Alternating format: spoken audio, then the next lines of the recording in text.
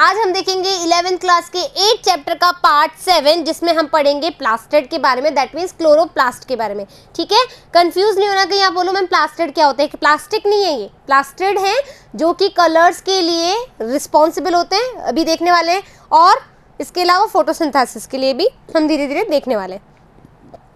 लवक यानी कि प्लास्टिड। लवक सभी पादप कोशिकाओं में कुछ प्रोटोजोआ युग्लिना में मिलते हैं। ठीक है, लवक यानी कि जो प्लास्टिड है उसके बारे में बात कर रहे हैं। आकार में बड़े होने के कारण इन्हें सूक्ष्मदर्शी से आराम से देखा जा सकता है। माइक्रोस्कोप में आराम से हम इसको देख सकते हैं। क्यों? क्योंकि शेप में जो इसका आकार होता है वो बड़ा होता है, साइज में बड़ा होता है। इसमें विशिष्ट प्रकार के वर्णक मिलने के कारण ये विभिन्न रंगों में दिखाई देता है। क्या दिखाई देता है? भिन्न भिन्न रंगों में दिखाई देता है। तो ये जो है आप ये देख सकते हैं, ये बहुत ही अच्छी बात है। यहाँ पर जो प्लास्टिड है, ठीक है, जो प्लास्टिड है वो हम देख रहे हैं। तो जो प्लास्टिड है बच्चों, वो बेसिकली 3 टाइप के होते हैं, क्रोमोप्लास्ट, क्लोरोप्लास्ट और ल्यूकोप्लास्ट। एक बार कलर चेंज कर लेना चाहिए, यही देख लो, फिर हमें सिर्फ पढ़ना पड़ेगा।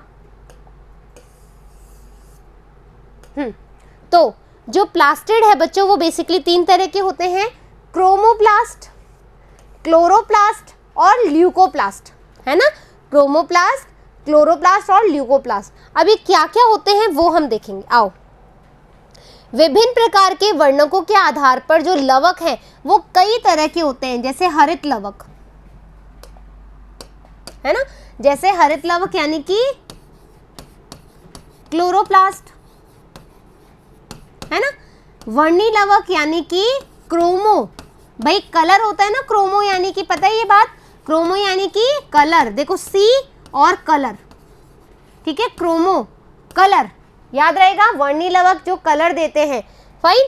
अवर्णी लवक यानी कि जो कलरलेस होंगे, और इसको हम बोलते हैं ल्यूकोप्लास्ट। क्या बोलते हैं? ल्यूकोप्लास्ट। क्या बोलते हैं? ल्यूकोप्लास्ट। क्यों? क्योंकि इसमें कोई कलर नहीं होता, ये अवर्णी लवक कहलाते हैं। तो हरित लवक के बारे में हम देखते हैं। हरित लवक क्या होता है? इसमें पर्णहरित वर्णक व कैरोटीनॉइड वर्णक होते हैं। ये बेसिकली प्रकाश संश्लेषण में, आपको पता है कि ग्रीन कलर का है, भोजन बनाने में हेल्प करेगा, हाँ या ना, सही बात है कि नहीं बनता। पिगमेंटेशन होता है ना यहाँ पर क्लोरोप्लास्ट में। अभी अपन पढ़ेंगे फोटोसिंथेसिस, बहुत अच्छे से पढ़ेंगे, डोंट वरी, उसमें हम बहुत अच्छे से बात करेंगे कौन कौन से सिस्टम होते हैं, पीएच सिस्टम कौन सा होता है, P2 सिस्टम कौन सा होता है। ये प्रकाश संश्लेषण के लिए आवश्यक प्रकाशीय ऊर्जा को संचित रखने में हेल्प करते हैं।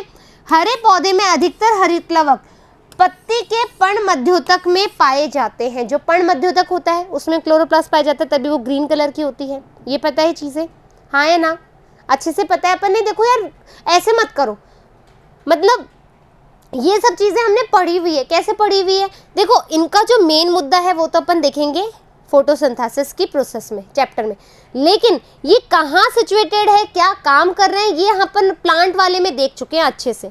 कहाँ क्लोरोप्लास्ट पाया जा रहा है, क्यों पाया जा रहा है, किसमें नहीं पाया जा रहा है, ये सब चीज़ें आपको मैंने पहले ही बता दी है। फाइन।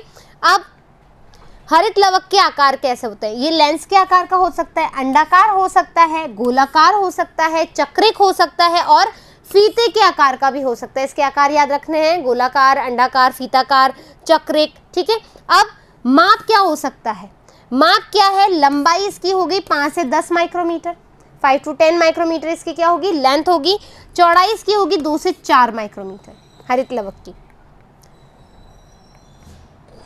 इनकी संख्या भिन्न हो सकती है, जैसे प्रत्येक कोशिका में, ठीक है, एक जो प्रत्येक कोशिका में बात करें तो एक क्लेमाइडोमोनास हरित शैवाल से 20 से 40 प्रति कोशिका में, मतलब पर्ण मध्योतक में बात करें तो 20 से 40 पर्ण मध्योतक में ये माइटोकॉन्ड्रिया पाए जाते हैं। मतलब 20 से 40 संख्या हो सकती है एक पर्ण मध्योतक में। क्लियर बात। अब वर्णी लवक यानी कि क्रोमोप्लास्ट, क्रोमोप्लास्ट। आपसे क्लोरोप्लास्ट के बारे में फिलहाल ये पूछा जाएगा कि ये क्या कार्य करता है, तो सबसे पहले ये फोटोसिंथेसिस का कार्य करता है। क्रोमोप्लास्ट, क्रोमो नाम से ही पता लग रहा है, कलर, अभिरंजन दे रहा है, कलर दे रहा है। तो ये कलर कौन कौन से देता है? ये देता है येलो कलर देता है, ऑरेंज कलर देता है, ठीक है। वर्णी लवकों में वसा विलय, वसा विलय होती है। कैरोटीनॉइड वर्णक जैसे कैरोटीन, नाम याद रखना है, कैरोटीन, ज़ैंथोफिल व अन्य दूसरे वर्णक मिलते हैं। अन्य इनके कारण पादपों में पीले, नारंगी व लाल रंग के दिखाई देते हैं। तो जितने भी आपको पिगमेंटेशन दिख रहा है ना भाई, ऑरेंज कलर का, जो गाजर होती है वो ऑरेंज और रेड कलर की होती है, उसमें वर्णी लवक पाया जाता है। उसमें क्या पाया जाता है? वर्णी लवक पाया जाता है। अब हम देखेंगे अवर्णी लवक यानी कि ल्यूकोप्लास्ट। क्या देखेंगे अपन? ल्यूकोप्लास्ट। तो बच्चों जो अवर्णी लवक होते हैं वो बेसिकली 3 टाइप के होते हैं। देखो ल्यूकोप्लास्ट, ठीक है। एक होता है इलियो, हिंदी में भी लिख दूंगी इसको, है ना, इलियोप्लास्ट। एक होता है हमारा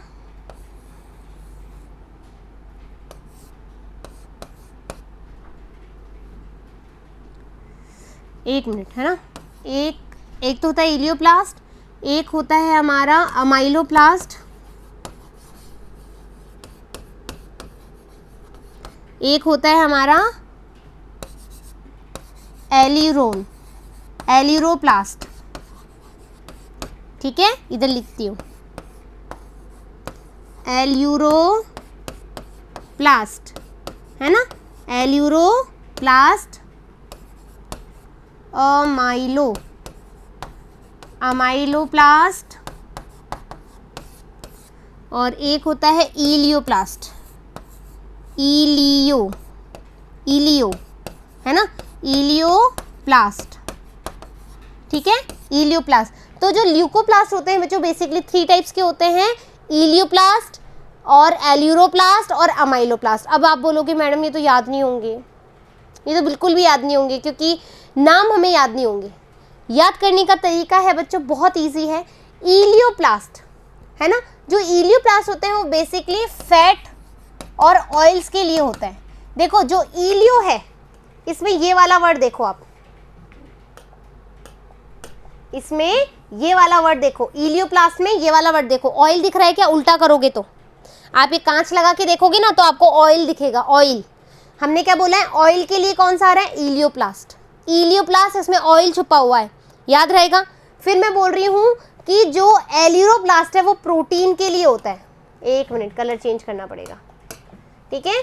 जो एल्यूरोप्लास्ट होता है वो प्रोटीन के लिए होता है। प्रोटीन के लिए क्यों होगा? क्योंकि एल्यूरोन की हमने देखा था जो मोनोकोट होते हैं, जो मोनोकोट होते हैं उसके बाहर एक आवरण पाया जाता है जो एल्यूरोन का होता है, एल्यूरोन का, याद आ रहा है? एल्यूरोन का वो प्रोटीन का बना हुआ होता है, तो याद रहेगा प्रोटीन के लिए एल्यूरोप्लास्ट। मोनोकोट में बाहर एक आवरण पाया गया था, मोनोकोट जो सीड था उसमें एक आवरण पाया गया था जिसमें एल्यूरोन का बना होता है, वो प्रोटीन का था, तो प्रोटीन के लिए अपन को क्या चाहिए? एल्यूरोप्लास्ट। फिर है हमारा ये जो होगा वो होगा कार्बोहाइड्रेट के लिए, कार्बोहाइड्रेट के लिए अमाइलोप्लास्ट, यानी कि अमाइलोप्लास्ट, अमाइलेज क्या होता है? कार्बोहाइड्रेट होता है ना, अमाइलेज। तो अमाइलोप्लास्ट किसके लिए होगा? कार्बोहाइड्रेट के लिए प्रेजेंट होगा। ये हम यहाँ पर भी देख सकते हैं, ये देखो,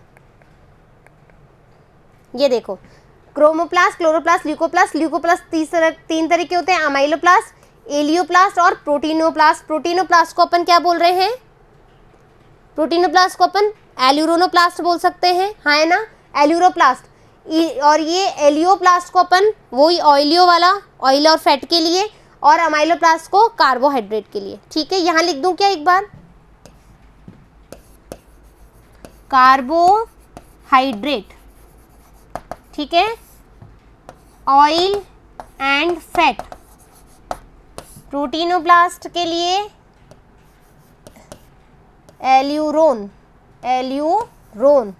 ठीक है, एल्यूरोप्लास्ट, ये किसके आ जाएगा? प्रोटीन के लिए। क्लियर बात?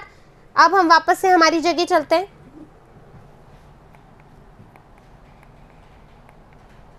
आया समझ में? अब क्या है, ये विभिन्न आकृति एवं आकार के रंगहीन लवक, इनमें कलर नहीं पाया जाता है, ठीक है। ये खाद्य पदार्थों को संचित रखते हैं। अब किस किस में अभी देख लिया, प्रोटीन कहाँ पर संचित रहेगा, फैट एंड ऑयल कहाँ संचित रहेगा, और हमारा कार्बोहाइड्रेट कहाँ संचित रहेगा। मंड लवक में मंड के रूप में कार्बोहाइड्रेट संचित होता है। मंड लवक अभी हमने देखा ना, कौन सा, अमाइलोप्लास्ट, ठीक है। जैसे आलू तेल लवक में तेल, वसा व प्रोटीन का भंडारण होता है। क्लियर। अब हम देखेंगे सूत्रकणिका, यानी कि अब अपन बात कर रहे हैं क्लोरोप्लास्ट के बारे में, है ना, क्लोरोप्लास्ट के स्ट्रक्चर के बारे में। तो सूत्रकणिका की तरह हरित लवक द्विझिल्ली का युक्त होते हैं। ये भी क्या होते हैं, डबल मेम्ब्रेन होते हैं, ठीक है। क्लोरोप्लास्ट कैसे होते हैं, डबल मेम्ब्रेन स्ट्रक्चर होता है। इनमें इसकी भीतरी लवक झिल्ली अपेक्षाकृत कम पारगम्य होती है। जो ये क्लोरोप्लास्ट है, ठीक है, कलर चेंज करती हूँ 1 मिनट, ठीक है। ये जो इनकी भीतरी झिल्ली है ना, एक बाहरी झिल्ली है आउटर मेम्ब्रेन, एक अंदर वाली झिल्ली है। तो अंदर वाली जो झिल्ली है वो लेस परमिएबल है ना, लेस परमिएबल यानी कि कम पारगम्य है, ठीक है, पर कम पारगम्य है। पिठिका क्या होती है ना, पिठिका हरित लवक के अंत में झिल्ली से घिरे हुए भीतर के स्थान को, हरित लवक के अंतः झिल्ली से घिरे हुए भीतर के स्थान को हम क्या कहते हैं, स्ट्रोमा। यानी कि ये जो अंदर जो द्रव्य भरा होता है, अंदर की तरफ जो एक द्रव्य भरा हुआ है उसको हम क्या कह रहे हैं, स्ट्रोमा। स्ट्रोमा यानी कि पीठिका, ठीक है, स्ट्रोमा यानी कि पीठिका। क्लियर बात, यहाँ पे लिख दूं, स्ट्रोमा जो अंदर की तरफ मैट्रिक्स होता है, जो क्लोरोप्लास्ट में अंदर की तरफ मैट्रिक्स होता है वो क्या कहलाता है, स्ट्रोमा कहलाता है। थाइलेकॉइड पीठिका के चपटे झिल्ली युक्त थैली जैसी संरचना संगठित हो जाती है, जिसको हम थाइलेकॉइड कहते हैं। तो हम जब डायग्राम में बात करेंगे, ये देखो, ये जब इकट्ठे हो रहे हैं, ठीक है, यहाँ पर ये क्या बना रहे हैं मिलकर के, थाइलेकॉइड बना रहे हैं। क्या बना रहे हैं, बहुत सारे ग्रेना जो है मिलकर के इकट्ठे हो रहे हैं और थाइलेकॉइड की संरचना बना रहे हैं, हाँ है ना।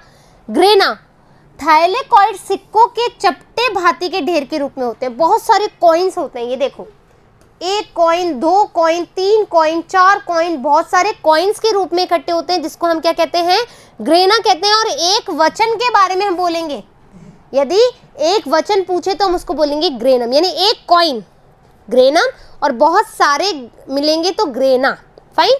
फिर बोलेंगे पीठिका पटलिकाएं, इसके अलावा कई चपटी झिल्लीनुमा नलिकाएं मिलती है जो ग्रेना को थाइलेकॉइड से जोड़ती है।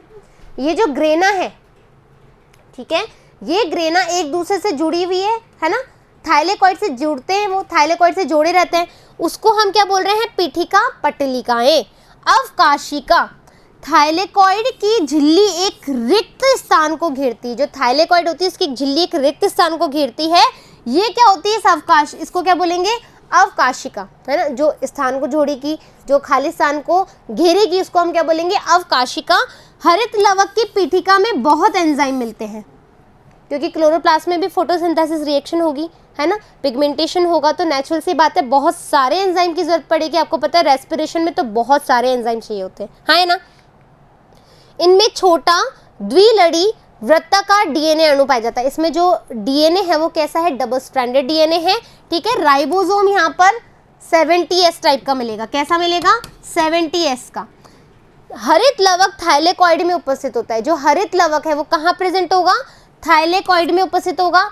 हरित लवक में पाए जाने वाला राइबोसोम वो होगा 70S, और जबकि जिस राइबोसोम जिसमें प्रेजेंट होगा वो कैसा होगा, 80S, यानी कि यूकैरियोटिक जो कोशिका का राइबोसोम होगा वो 80S होगा, जबकि जो इसका है क्लोरोप्लास्ट का है वो कैसा होगा, 70S। तो इस तरीके से आज हमने क्या देखा, क्लोरोप्लास्ट देख लिया, हमने प्लास्टिड पढ़ लिया, अच्छे से समझ में आ गया। जो चीज़ें जितनी बताइए उतनी इनफ है। अब बाकी की जो अंदर की चीज़ें हैं बच्चों, फोटोसिंथेसिस के कौन कौन से एंजाइम्स है, फोटोसिंथेसिस के रिएक्शन, वो अपन फोटोसिंथेसिस के टाइम पर पढ़ेंगे, ठीक है। फिर मैं चलती हूँ, फिर मिलेंगे अपन जल्द ही नए टॉपिक के साथ में। जब तक कि पूरे नोट्स तैयार कर लो, आपके क्वेश्चंस नहीं आ रहे हैं, आपके डाउट्स नहीं आ रहे हैं, पता नहीं क्यों, या तो समझ में नहीं आ रहा या समझ में बहुत अच्छे से आ रहा है, लेकिन मुझे कुछ ना कुछ क्वेश्चंस आपके चाहिए होते हैं, ठीक है। तो धन्यवाद।